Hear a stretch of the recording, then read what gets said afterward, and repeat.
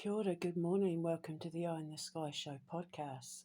So, as you know, I've been doing a lot of research on YouTube and that, trying to find cases to work on for podcasts and future shows.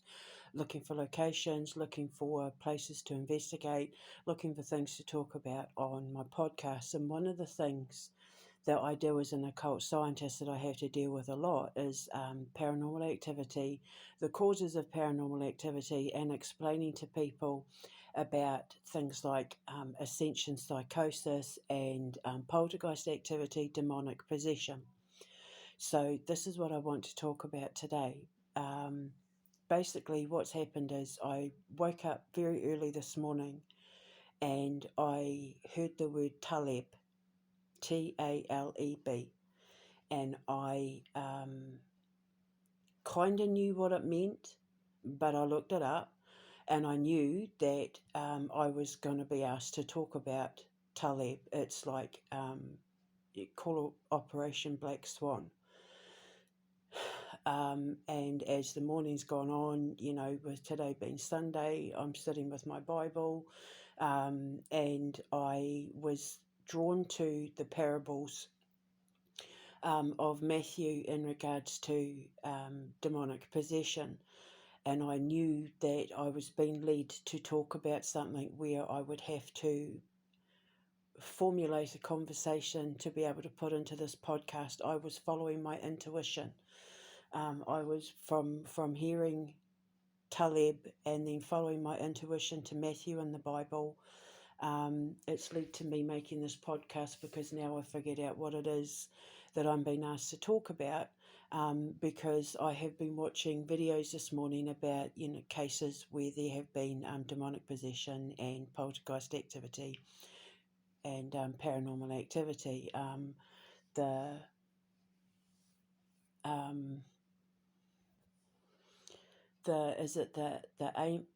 Ammon's haunting, Ammon's haunting, the Moreno Valley hauntings, like all those kind of ones. I'm probably pronouncing them wrong. To be honest, I was listening to them in the background while I was trying to figure out what it is I was being told to talk about. So if I've got the names wrong, I apologise, but I'll put links in the description box below so that you know what I'm talking about. And this is no judgment on the families. This is nothing to do with anything personal with the families involved in any of these cases. This is all to do with demonic possession and the history of demonic possession and how it happens and why it happens and who it happens to and why. Because this hearing Taleb this morning and then going to Matthew in the Bible and figuring it all out, it's culminated to me needing to do this podcast so I can explain basically what it means, because as an occult scientist, one of the things that I've been doing over the last 12 months is deciphering the Bible in a way that modern generations of believers and non-believers would be able to understand it in a way where it removes religion from it and talks about science and fact and history and, proof, evidence. Because most people now don't believe in God or have lost faith in God because they have no evidence. They feel like, there's no evidence that God ever existed or that Jesus wasn't real and that, religion is hooey and blah, blah, blah. So through my New Dawn ministry as an occult scientist, I take the Bible and I remaster it in a way that the modern mind can understand it, because we are more in the realms of the paranormal and the unexplained and supernatural than we are religion. Now so many people are turning their backs on religion, and I can completely understand why, because I was raised Catholic and the same thing happened to me. It was through walking away from my Catholic faith that I found this New Dawn ministry faith that is now, where it is a blend of science and philosophy and evolutionary theorism and the occult and all that, and it has created this perfect blend for me that gave me the most incredible ascension and change in my life that, like my life can never ever go back to how it was before. So if you're basically, to understand what Taleb is, or Black Swan, it's basically where you make a series of small investments, like where you do a series of small things, knowing that the consequences of which could be dire if it doesn't work out, but you're willing to take the chance anyway, because if it does work out, the rewards will be greater. So, like gang stalking, for example, people who stalk and that, people who do bad things will start off, like say a thief will start off stealing little things, or a gang stalker will start off doing little things, knowing if they get caught, they're going to get into trouble because it's illegal. But if they don't get caught, then what it is that they're doing, because it's basically like, we're going to do these little things, um, so that when you react, or when we unveil the big surprise, you're going to be publicly humiliated, you're going to be destroyed, we're going to destroy your life, we get to laugh and celebrate that we took you down, but we don't get caught and you pay the consequences for it, like that sort of thing. That's what that is. But if they do get caught, they'd go to jail, they'd go to prison, they're the ones that get exposed, they're the ones that get humiliated. So it's making a series of small risks to the detriment of the victim, knowing that the victim is like walking into a trap, like lulling them into a false sense of security, like gang stalking on social media, letting them think that they're friends, that they're supportive of them, blah, blah, blah, in order to gather information, in order to steal their identity, so that they can commit fraud, so that they can do illegal things against that person in order to bring them down and humiliate them. And so when the person realizes they've walked into a trap, it's too late, because they've been exposed, they've been taken down like completely innocently, and then they get to celebrate, ha ha ha, we got them. And then but then the risks that they take are far greater if they get caught than the event itself, when this person has walked into this trap not realizing they've walked into a trap. So I'll put links in the description box below of Taleb, but it's basically like Operation Black Swan. So what's all this got to do with the Bible and demonic possession? It's actually like a segue into it, because after I was trying to figure out why I was being told Taleb, and then intuitively I was drawn to want to read Matthew in the Bible, Matthew 12:30, Matthew 12:43 to 45. This is the bit that I was drawn to. When an evil spirit comes out of a man, it goes through arid places seeking rest and does not find it. Then it says, I will return to the house I left. When it arrives, it finds the house unoccupied, swept clean and put in order. Then it goes and takes with it 7 other spirits more wicked than itself, and they go and live there. And the final condition of the man is worse than the first. That is how it will be with this wicked generation. Now, what this means, I've been looking around, and what I understand this to mean is that basically, when he says, when evil spirits come out of a man, it goes through arid places seeking rest and does not find it. A lot of people believe that when he says going through arid places, it means without water. And they're saying, because a man's body is made mostly of water, they're talking about when he leaves the man's physical body. But I actually believe it talks about when a man, when it goes through arid places seeking rest and does not find it. I personally believe arid places is without water. It's talking about your intuition and your emotions, when you're heartless, when you have been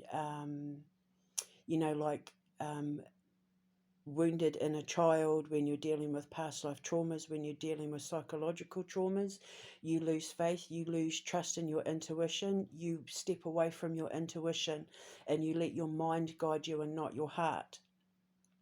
arid places without water, because water is the element of emotions and intuition. Your intuition is what guides you to find your faith and seek your faith, and your intuition is absolutely imperative when it comes to your ascension and, giving yourself over to faith and God. And then it says, when it does not find it, it returns to the house it left. So basically, like what this means is, like, when you sin once, you are without God. It says in the Bible that if you sin all the time and then ask for forgiveness from God, if a son sins and then asks for forgiveness, he will be forgiven by God. If the father doesn't sin and then sins once, he won't be forgiven by God.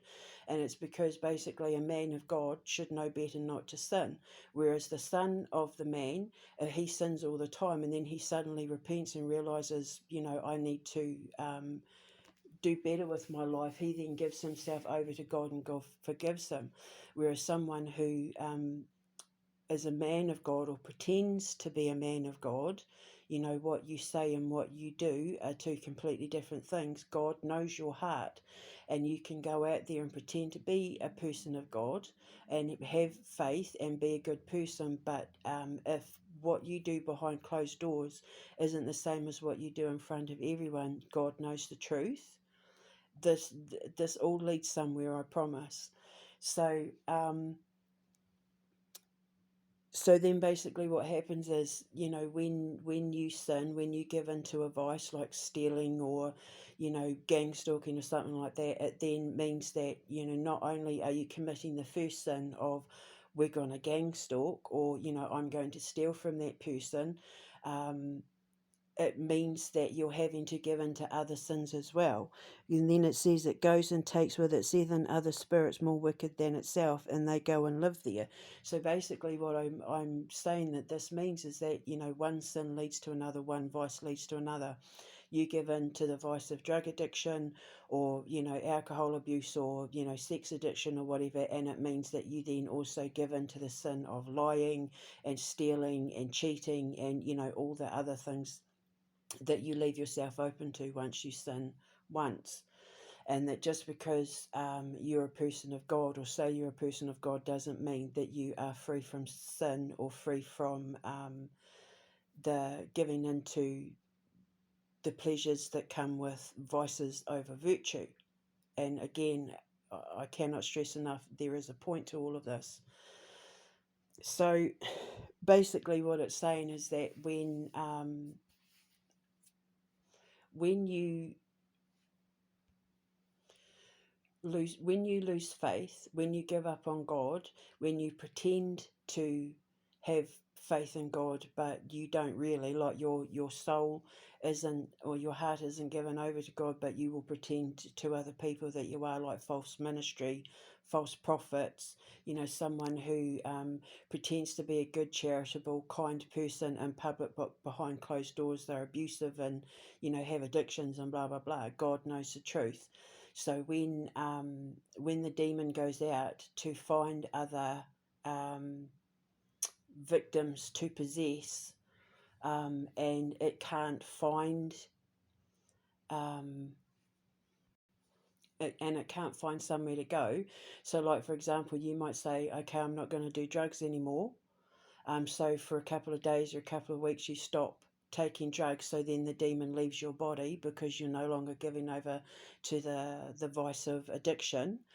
So then that demon will go out and, look for other victims. But when it can't find somebody else to take over their body with your addiction, with your sin, it then comes back. And because even though you've given up drugs, you still have lost faith in God, you still don't believe in God, you still don't have that connection, you haven't ascended, then the addiction comes back, because you feel hopeless, and you're going through withdrawals and that, I'll just have it just this once, it's not going to hurt to have it this once.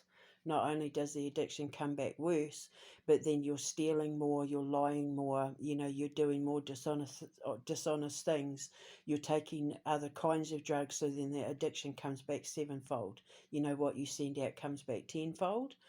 And this is important because one of the things that I've noticed in looking over the history of demonic possession is that in all cases where these people are claiming to be taken over by demonic possession, which we know is your inner demons, they're not actual demons, they're what you manifest based on your theological or psychological understanding of what the dark side is. You manifest your own worst fears into reality.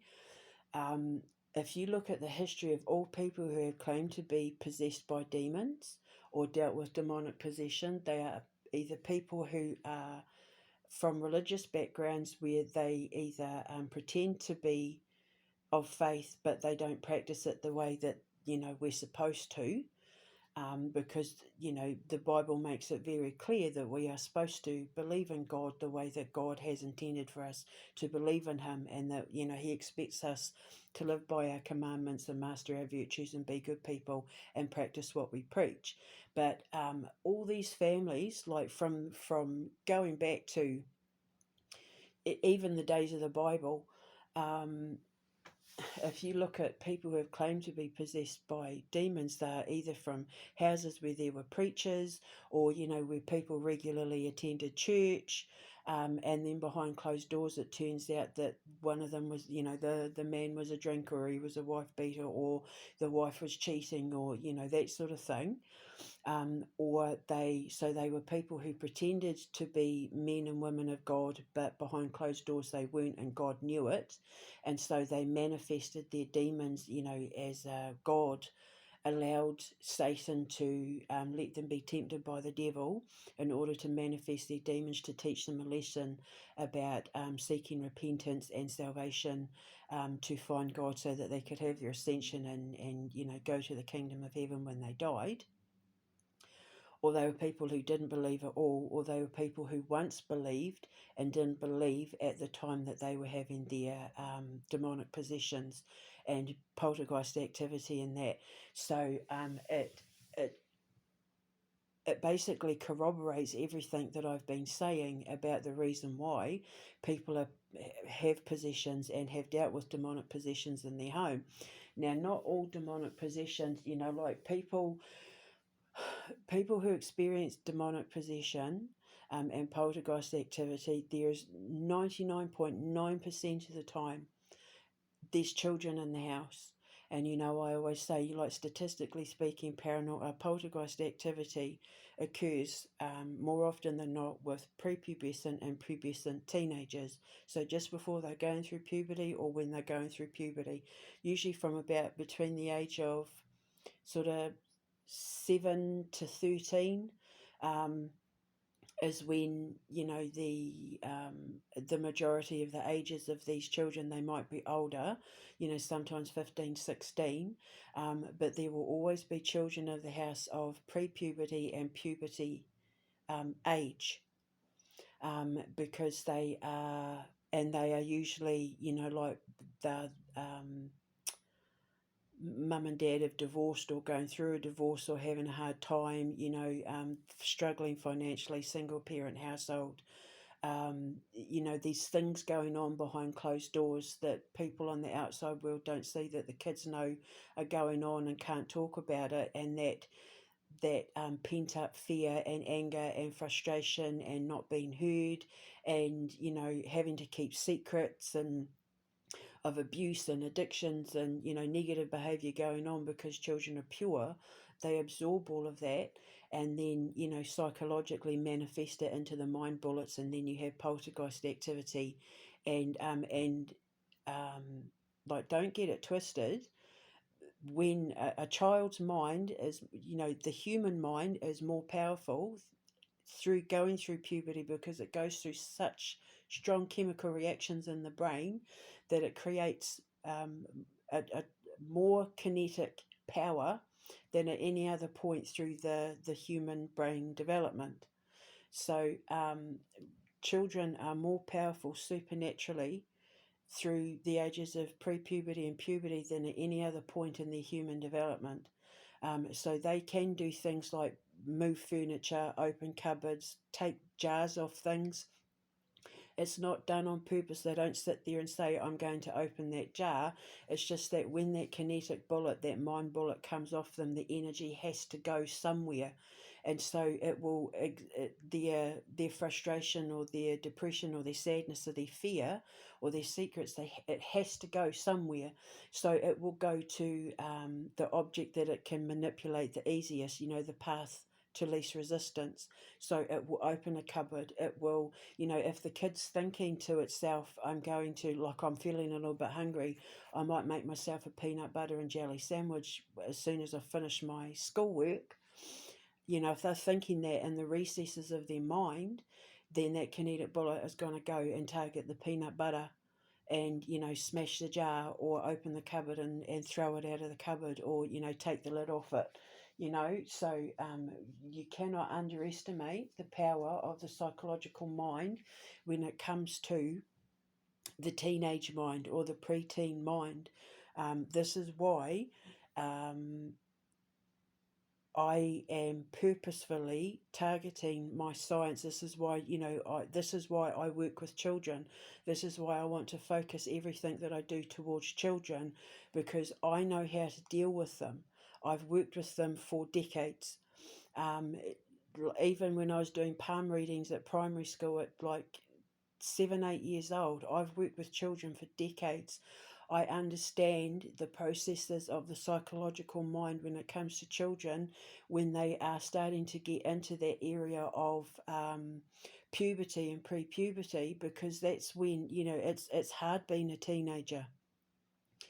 It's hard, especially modern teenagers, because there's a lot more pressure on kids now than there ever was back in the days of the Bible. And I think this is exactly what he says when God says in Matthew, and the final condition of man is worse than the first, and that is how it will be with this wicked generation. And I think this is exactly what God is saying, what Matthew is saying, or Jesus is saying in the Bible, is that kids nowadays, as each generation goes, they are exposed to a lot more harmful things, traits and behaviours, and secrets and abuses of their parents and their grandparents and the great grandparents than the previous generations before.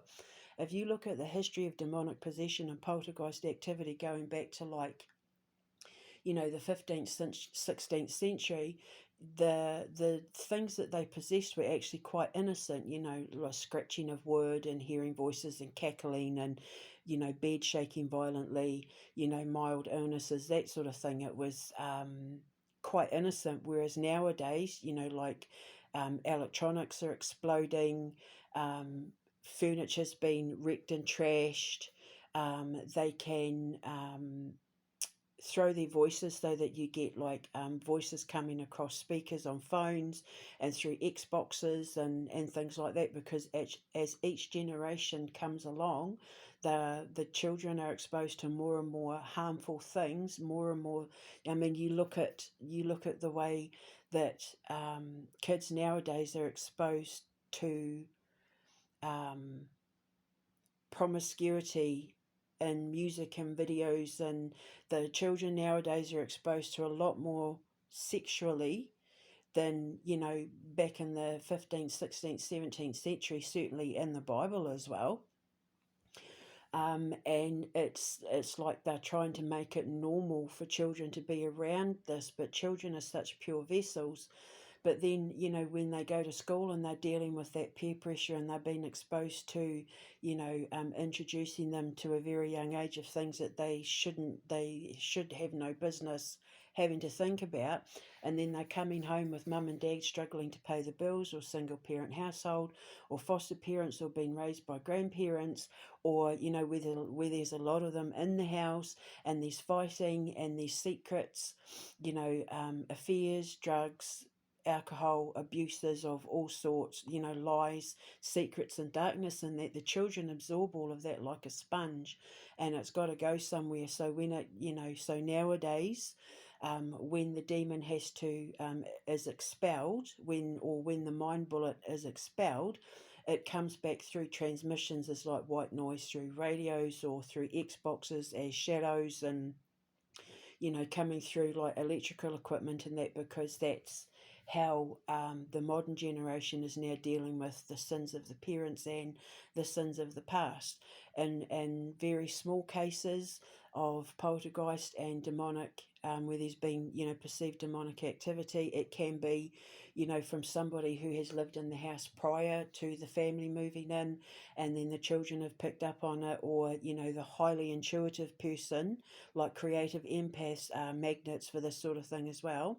If you're an unascended, or, as you're ascending, or you're in the underworld stage of your ascension as a creative empath, you can be exposed and predisposed to dealing with these sort of things as well: poltergeist activity, paranormal activity, demonic possessions or perceived demonic activity. And it's because like you reflect what you absorb. So when a creative empath goes into a place where there has been a history prior to them moving in of that kind of activity, they will then pick up on it and then reflect it back, reflect it out. So they become like a projector. So in very small cases, um, it's a creative empath who is picking up on it and reflecting it back. They're taking it back in. So when you look at the history of demonic possession, poltergeist activity, where they've had to do exorcisms and that, it is either a person, like if you look at people who have had to get the Catholic Church in to come and do exorcisms and that, it might be that dad and mum are the believers, but the one being possessed who needs the exorcism pretends to believe but doesn't actually believe, and God knows they don't actually believe, because he who stands on a street corner and shouts the name of the Lord does not make him a true believer. So you can go out and pretend to be, I believe in God and I go to church every week, and I pray and stuff like that, but if what you're saying doesn't match your heart, so like if you're what does it say? Comes out of man, it goes through arid places, seeking rest and does not find it. I'll return to the house I left. When it arrives, it finds the house unoccupied, swept clean, and put in order. So when you go out and you go to church and you're praying and you're in the house of God and you're doing all these charitable things, but in your heart, God knows that your vessel is empty, that your heart is without God. You're only doing it because it's what your parents expect, it's what society expects, it's what you think is going to win you good favour within your community, and win you rewards with God. But God knows that your vessel is empty. God knows that your house is swept clean of him. And so he will allow Satan to come along and tempt you with the devil, the vices that will tempt you, and then one sin begets another, begets another, begets another, and before you know it, you're completely taken over by all the vices of sin. And then that's when, you'll have your demonic possessions and, your poltergeist activity. And then, because what happens is, the the further you are away from the light of consciousness, because obviously everyone has a conscience until they start sinning, and then the more you sin, the further away you walk away from consciousness. And the consciousness is the atomic frequency, and it is, like the light of creation. So obviously, as you sin, you start descending and get further away from the light, and the light is, the light of creation. It's the light of Atom, the light of God. So then God will allow Satan to come in and tempt you with the virtues, with the vices, to pull you away from the virtues.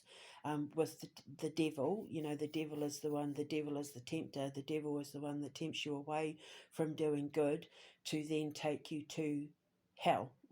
So basically, your darkest fears, your deepest nightmares, will be what you end up getting, because you get further and further away from doing the right thing, and by following your faith, it then leads you into, the darkness of temptation and sin, where you end up with no consciousness whatsoever. So, you either start as you start deteriorating spiritually or through faith, as you get further and further away from faith and doing what's right by God or by your gods or whoever it is you believe in, you go to in the afterlife, um, the darker the situation you find yourself in, the deeper your soul is handed over to darkness and nothingness. You basically become antimatter.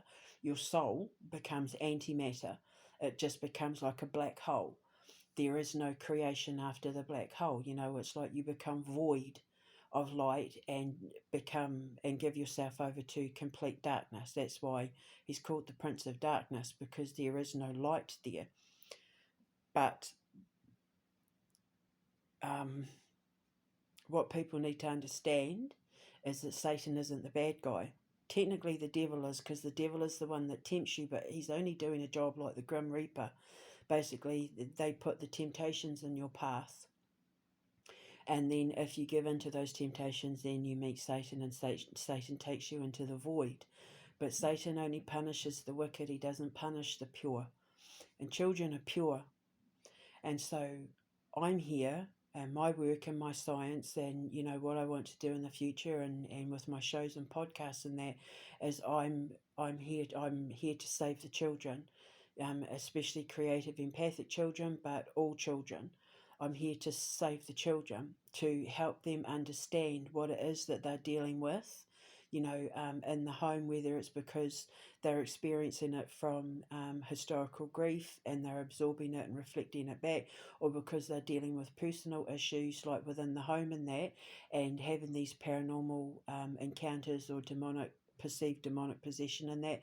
There'll always be someone in the house or someone connected to the people experiencing it who will be highly religious, but then I go in and I sit and figure it out, and I explain to them what's going on, and then I can show them how to fix it, because more and more people are walking away from religion, and they're starting to really give over to this. It's the paranormal, it's evil, the darkness is taking over, blah blah blah.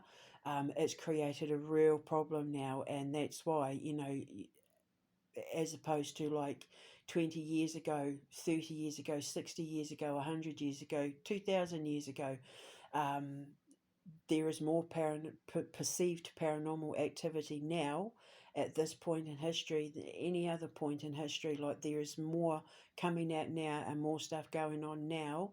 And the worst part is that, especially when it comes to the internet, a lot of it is fake, and that is Taleb. Like, that's, it's a sin, because it's lying and it's faking things to affect people and hurt people, knowing that the consequences, if they're caught, will be great. Like, if you get exposed as a fake YouTuber or anything like that, like, the consequences are going to be catastrophic for your career, for your money, for your reputation, for your health, for the respect that you get from your friends and family. But while you're committing that sin, while you're putting these videos out that you're staging that are faked, or that you're being fake in order to do it, like, the rewards that you get from doing it are great now, but should the time come when you get caught, and a lot of people are being exposed now, the consequences are far greater. It's a greater risk to sin now than it ever was before, because, like, with technology being the way it is as well, too many things are being caught on camera. Too many people are starting to stand up and speak out against false prophets and fake YouTubers and disingenuous people and all that. And there's becoming a real shift, because people are getting fed up with being lied to. And so I'm now here coming along to say to people, and this is why this is happening, and this is why I debunk famous YouTube videos of hauntings and ghost sightings and paranormal activity and that, because it's a lie, and it's feeding fear into people, and it's feeding fear into children, that is then having a greater knock-on effect, that they will then pass on that fear and that knowledge to their children and their children and their children and future generations to come.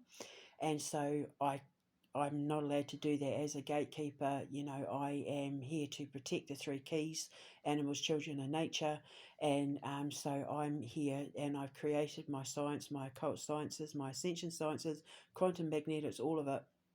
I now do it so that I can educate the masses and help children deal with what it is that they're dealing with in a healthy, constructive manner, so that they can get rid of that kinetic energy and turn it into like get their creative juices flowing, and through imagination and creativity they can then construct that energy into something more positive, and give them better rewards in the future, both spiritually, emotionally, and psychologically as well. And that's why I do what I do. So, you know, there was a whole point to all of that. It's just, you know, this is my job. I have to study this. I have to know all the ins and outs of this. I have to know how to explain it to people, whether they are religious or not. But I use history, I use the Bible, I use theology, I use psychology, philosophy, all of it combined. And that's what the New Dawn Ministry is. It has nothing to do with religion and everything to do with your understanding of the evolution of life and death, and everything that comes with that. You know, it's it's a strenuous it's a strenuous job being a person. You know, for our soul to take on the task of being a human, animals don't have it as hard as us. Even these animals that are sacrificed to feed us and give us sustenance don't have it as hard as us, because any animal or plant that gives itself to us so that man can evolve and, you know, gain sustenance and strength from their flesh, um, they all go to heaven, whether, you know, like they cross over without question. They're always going to go to the light. They are serving their purpose for the Lord. They're serving their purpose for evolution. They're pure. They give themselves over, and then, you know, we take their flesh and we take their goodness and their nutrients to, so that we can evolve and become stronger and smarter, and, you know, evolve faster and heal and all that sort of thing. So, you know, animals and plants and minerals and vitamins and that we absorb, you know, without question, when they cross over, they go to the light without question. Never a doubt, never a doubt. And not even a polar bear that like shreds a person to death doesn't cross over to the light, because it's a predator. The person knows it shouldn't be where polar bears are, you know, sort of thing. But, you know, the human experience is a traumatic experience. It's a recycling experience that we have to. It's like, you know, when we reincarnate and we go through our rebirth, it's like, you know, we go up there, we get assessed, we have our day of judgment, and we're told, no, you didn't get that one right, go back and do it again. And so the human experience is a process that just repeats itself over and over and over and over again, until it's washed of all sin, and it's washed of all fears, and it's washed of all um, vices, and it's washed of all impurities, until, you know, its last life is its purest life, and then it can go over to, you know, the kingdom of heaven, or, you know, and the kingdom of heaven, and my understanding of it is, heaven, when you are a pure soul, you, when you die and you don't have to come back again, you get to live and choose your perfect life, your perfect existence. You get to choose what happens to you next. But until then, you just keep coming back and coming back and coming back until you get it right. And then it's basically people who have their final ascension, people who have the life where they have their ascension when they die, because they rid themselves of impurities, and, you know, kept their vessels clean and gave themselves over to faith and ancestors and all that sort of thing. When they die, then they can choose what they want to come back as. Whether it's a tree, a star, you know, minerals on a planet where they get to look at everything, you know, they get to decide who and what they come back as, and how and when, and all of it. Even if it's just that they choose, they just want to be a part of the frequency that ends up expanding the universe, you know, to help everything else expand and evolve. That's what heaven is. That's why it's perfect, because it's what you create it to be. But in order to earn that right to have that power to possess after you die, you have to be of the purest form. And that means without vices. That means, pure vessel, and that means, being able to give over to faith, and give over the fear, and lead by intuition and by emotion, going by what you feel, and going by what your heart knows, and listening to your ancestors, and listening to your god or gods, and doing right by people and all that sort of thing. And that is what I think it means when it says evil spirits come out of a man that goes through arid places seeking rest and does not find it. Because the popular consensus of that passage is generally arid places, meaning without water, without intuition, without emotions, doing things without being emotionally invested in it. Like people who cheat don't love their partners, because if you love your partner, you don't cheat. If you can, like a narcissist or like a sociopath, they are emotionally stunted. They're cold, hard, ruthless people who have no emotional attachment to the outcome of the sin that they are committing against other people. That is, arid places, without emotion, without intuition, not letting their intuition guide them. Because when your intuition guides you, you do the right thing. Nobody who follows their intuition does the wrong thing. When you trust your instincts and you trust your intuition, you are listening to the very essence of the core of the fiber of your being. And when you trust your intuition, you're never led down the wrong path. When you step away from intuition, you're stepping away from consciousness, and then that's when you go into the recesses of your psychological mind and unlock Pandora's box, and then all hell breaks loose, and all your demons are set free from this life, from what you've grown up to know, from what you've had to absorb from your family and friends around you, from society, and from past lives, and even past generations of your family. That all becomes unlocked in you when you ascend, and you have a clean vessel, and your heart is pure, and you trust your intuition, and you live by a pure heart and a good heart. Then all the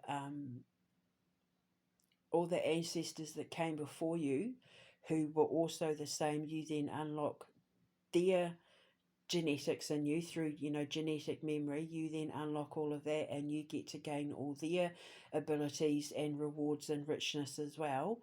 And then that's like DNA upgrade. So any gifts that they had, whether it's that they were really smart or that they had supernatural abilities, and that then gets unlocked in you because you've earned that reward.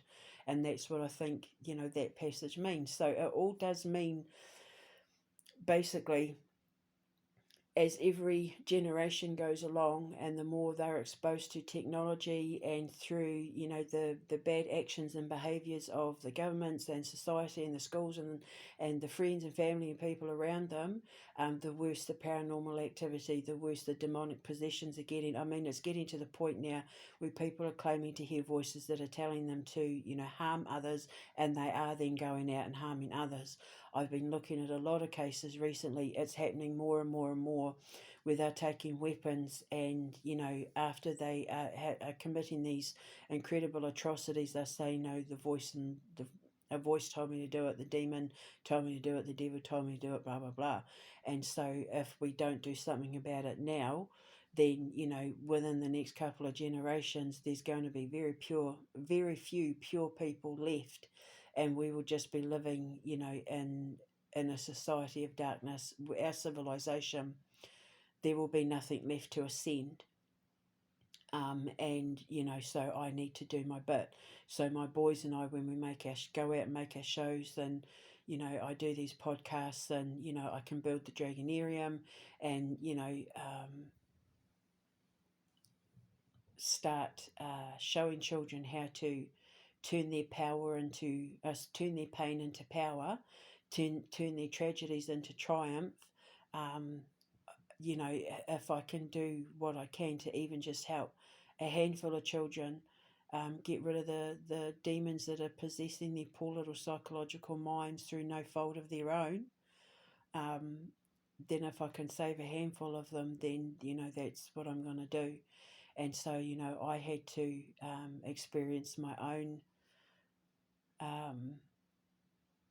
I had to face my own demons and expel them in order to, bring justice to my situation for my boys and I, so that we can be free to go out and do what we have to do for these children. And my children are incredible with their friends, and that they've had a lot of their own friends dealing with things that, because of what my boys know, they're then able to say to their friends, well, this is actually what this means, and this is why this is happening, and this is what you can do to fix it, because that's what my mum does for a job. It's what my mum does. And, this is what our family do, and this is what you need to do. And then their friends are doing it, and then they're coming back and saying to them, oh my God, like it worked. Thank you so much. So my boys in that, when they watch, because they do investigations themselves, because they like to learn as well, and then we have these big discussions, because it is going to be, and it is a big part of who we are as a family. They leave comments on these videos in there, and then people are thanking them for the information that they're leaving behind, because it's actually helping them. So, it's been a little bit difficult, because obviously I've had to step out into the world and say, I've developed this science that a lot of people aren't going to understand, but give me the time to allow myself to explain it all to you. And now people's little light bulbs are going on, because they're going, wow, that actually makes sense. So now people are coming to me and saying, God, that was amazing. That's like, I can't thank you enough for how much that's helped me. And it's all stopped, like all this activity has stopped. So I wanted to put it all out there. Food for thought. You don't have to believe anything of what I'm saying, but it is an alternative perspective that I believe makes sense, and I know to a lot of other people it does make sense. So I just wanted to put it out there, and if any of you need any help, or you're experiencing anything that you'd like me to talk about, you know where I am. I'll put the links in the description box below of the couple of cases that I was talking about, where I may or may not have gotten the names wrong. But they're just examples. But if you actually look at the history of the demonic possessions, and like the Bell Witch is a prime example, what I'm saying makes perfect sense. And it's just interesting. So I like to make people think about these things, offer you a different perspective, to what's out there. And it's coming at great cost to me, but if I can help one person step over to the light, if I can help one person cure themselves or heal themselves from whatever it is they're dealing with, then it was all worth it. So I will speak to you later, and I hope you enjoyed this podcast, and have a beautiful Sunday. Mwah.